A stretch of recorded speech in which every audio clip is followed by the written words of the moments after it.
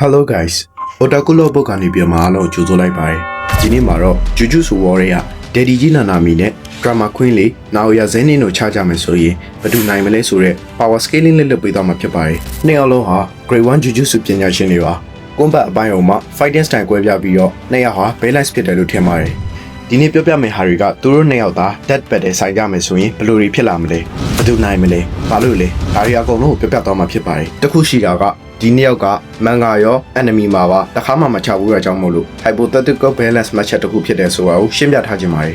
အဲ့တော့ match ချင်းကိုကြည့်ဖို့နှစ်ယောက်စလုံးရဲ့အကြောင်းကိုတွားလေ့လာကြည့်ကြပါမယ်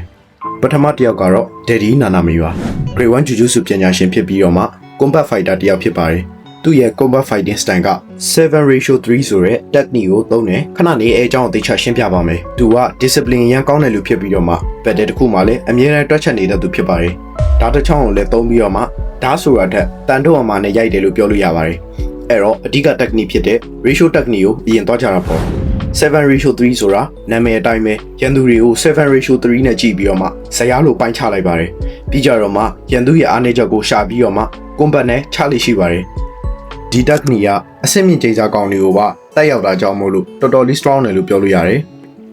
number 2ကတော့ overtime mode ပါ overtime mode ကတော့ finishing တိုက်ကွက်လို့ပဲပြောရမယ်ထင်တယ်သူထင်တာထက်ပိုကြနေတဲ့တိုက်ပွဲတွေမှာ overtime ဆင်းရတဲ့အလုပ်သမားလို့ speed, strength, tracking, jujutsu တွေအကုန်လုံးထောင်တက်သွားပါတယ် aggressive ဖြစ်ပြီးတော့မှကြောက်ဖို့လည်းကောင်းပါတယ်ဒီ technique ဖြစ်လာတာကတော့သူဟာတာမန်ဘဝ9 to 5ရဲ့အလုပ်သမားဖြစ်တာကြောင့်မို့လို့ overtime အတန်းကိုမကြားချင်တော့ပါပဲဗတ်တယ်ထဲမှာလည်းအုံနောက်ကခန္ဓာကိုယ်ကို limit လုပ်နေတာပါဒါပေမဲ့ overtime mode မှာတော့ limit ကိုဖျောက်ပစ်လိုက်တာပ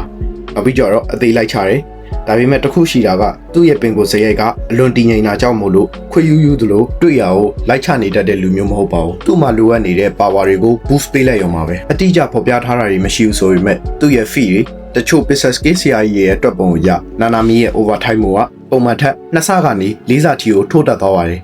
သူ့ရဲ့ speed ကလည်းမြင့်ပါတယ်reaction speed ဆိုရင်မာဟီတိုလိုလူနဲ့တောင်နင်လားငါလားရှင်းနိုင်တဲ့အထိကိုမြန်ပါတယ်တချို့လူတွေရဲ့ဖော်ပြချက်အရ hypersonic ထက်မြင့်တဲ့နေရာမှာရှိပါတယ်မာဟီတိုရဲ့ချိန်စာကောင်းတွေကိုမျက်စိတမေအတွင်းမှာဖမ်းနိုင်နေဆိုတော့ကလည်းတော်ရုံ speed နဲ့တော့မဖြစ်နိုင်ဘူးသူ့ကိုဘာဖြစ်လို့လူတွေကနှေးတယ်ဆိုပြီးတော့ခံစားနေကြရလဲဆိုရင်ကိုဂျိုလိုကောင်းနဲ့တွားရှင်နေလို့ပါ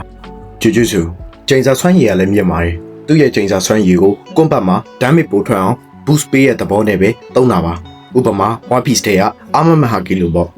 experience ကလည်းတော်တော်များပါတယ်အဲ့တော့သူ့ရဲ့ပြိုင်ဘက် Naoya ကိုတွားကြည့်ကြတာပေါ့ Naoya ကလည်း grade 1 ဆင့်ရှိပါတယ်ဇန်နီမီသားစုကဖြစ်လို့ special technique ကိုလည်းသုံးတတ်ပါတယ်သူကလည်းနာနာမီလိုပဲအကွက်တကွက်နဲ့အပိုင်ချလေးရှိပါတယ် speed ကိုအားထားလေးရှိပြီးတော့မှသူ့ရဲ့ key technique ကတော့ဇန်နီမီသားစုရဲ့အမွေ projection sorcery ဖြစ်ပါတယ်ဒီ projection sorcery ဆိုတာက Naobito လည်းသုံးနိုင်ပြီးတော့မှ technique ကတော့1 second ကို frame 24ခုနဲ့ပိုင်းတာပ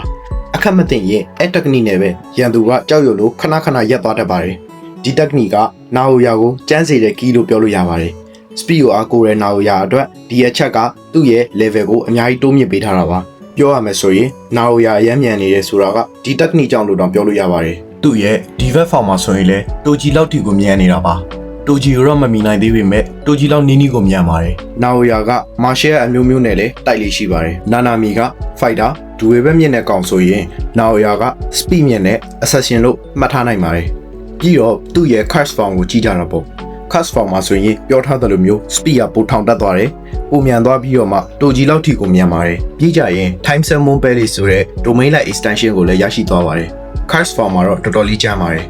overall scaling အရ strength မှာတော့ high level tier list ထဲမှာပါပါတယ် speed မှာတော့ top tier list ရဲ့ထိပ်ဆုံးလောက်မှာရှိပါတယ်ဇန်နီအများစုကိုတောင်မှ out speed နိုင်ခဲ့တဲ့အထိကိုပြန်ပါတယ်ဒူဝေးဘက်ကတော့အနိုင်ဆုံးထဲမှာတောင်ပါနေနိုင်တယ် experience ရတော့ yeah အများကြီးတော့မဟုတ်ပါဘူးအလေလက်လောက်မှာပဲရှိနေနိုင်ပါတယ်အဲ့တော့နှစ်ကောင်ကို overall အရင် scale ကြည့်ပါမယ် strength မှာတော့ Nanami ပိုတာပါတယ် Nanami strength နဲ့ပေးတဲ့ damage က critical hit ပါ critical hit ဆိုတာကတော့တစ်ချက်မှာ damage အများကြီးပါတော့ပြောတာဖြစ်ပါတယ် speed မှာတော့ Naoya ကအသာကြီးပါ Nanami ရဲ့ overtime mode နဲ့တောင်မှ Naoya ရဲ့တာမန်ဖောင်ကိုမိတဲ့ဆိုရုံလေးပါဒါကြောင့်မို့လို့ crash form နဲ့သာဆိုရင် light ကိုမမီနိုင်ပါဘူးဒူဝေးဘက်မှာဆိုရင်လည်းနာနာမီကနိုင်ပါတယ်နာနာမီကခုနပြောသလို stamina နဲ့ဒူဝေးဘက်အမြင့်ဆုံးနဲ့မှာတော့မှပါနေပါတယ်ဒါကြောင့်မို့လို့ပြောစရာမလိုပါဘူးမာဟီတိုရဲ့တိုက်ခိုက်ချက်တွေကိုခံနိုင်တယ်ပောက်ကွဲမှုကနေပြီးတော့မှလည်းလွတ်မြောက်ဘူးတယ်ဘက်တရီမှာလည်းအကြာကြီးတောက်ခံနိုင်လေးရှိပါတယ် stamina ကတော့နာနာမီကပိုသားတယ်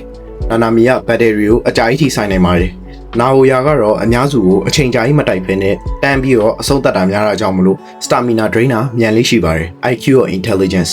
ဒါကလည်းနာနာမီပါပဲပြောထားဘူးသလိုနာနာမီက planning ရန်ကောင်းပါတယ်ဘက်တတစ်ခုမှလည်းအုံနောက်ကဇက်တိုက်ကိုလှုပ်နေပါတယ်ဘက်တ IQ မှလည်းတော်တော်လေးကိုကောင်းတာပါဆိုတော့ဘက်တ IQ မှလည်းနာနာမီကတာပါတယ်အဲ့လိုမျိုးကြည့်လိုက်ရင်နာနာမီကအကုန်လုံးကိုတာနေလို့မထင်ဘူးလားဆိုတော့ no ပါနာအိုယာရဲ့ speed နဲ့ strength ကတော်တော်များပါတယ်သူ့အနေနဲ့ပွဲကိုတန်းပြတ်အောင်ထိမကွာနိုင်ပါဘူးဘာဖြစ်လို့လဲဆိုရင်နာနာမီရဲ့ ratio technique ကို speed အားကောင်းလာနိုင်ပါတယ်ဒါအပြင်နာအိုယာရဲ့ frame technique နဲ့ဆိုရင်နာနာမီရဲ့တိုက်ကွက်တွေကိုမြန်မြန်ရှောင်နိုင်မှသိကြတယ်တခုရှိတာကနာအိုယာအတွက်အချိန်ဆွဲလို့မရပါဘူးသိတဲ့အတိုင်းပဲနာနာမီက stamina ရန်ကိုကောင်းပါတယ်သူတို့နှစ်ယောက်ရဲ့တပ်ပတ်တဲ့အကြာကြီးဆိုင်နေမယ်ဆိုရင်နာအိုယာက stamina drain နေတဲ့အချိန်မှာတောင်မှနာနာမီက easy ပါပဲပြောရရင်နာနာမီရဲ့တိုက်ကွက်တွေကိုနာအိုယာကကောင်တာနိုင်တယ်ဒါပေမဲ့လည်းနာနာမီကိုသူကိုယ်တိုင်တိုက်ဖို့ဆိုတာကလည်းမလွယ်ဘူး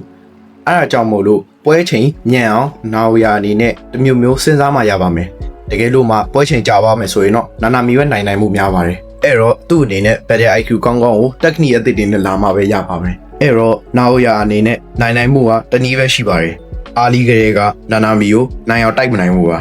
ဒါပေမဲ့လည်းအဲ့ဒါကလုပ်ဖို့မလွယ်တာကြောင့်မို့လို့နာနာမီနိုင်မယ်လို့ပဲပြောချင်ပါတယ်အခုကြည့်နေတဲ့ viewer တွေအနေနဲ့လည်းဘယ်လိုထင်လဲဆိုတာကိုရေးခဲ့လို့ရတယ်အခုလို power scaling video တွေအပြင် enemy content တွေ review တွေကိုကြည့်ကျင်သေးရဆိုရင်တော့ Otaku Logbook ကို like and subscribe လုပ်ခဲ့လို့ရပါတယ်ပိုကောင်းတာအနေနဲ့ပြန်လာခဲ့ပါမယ်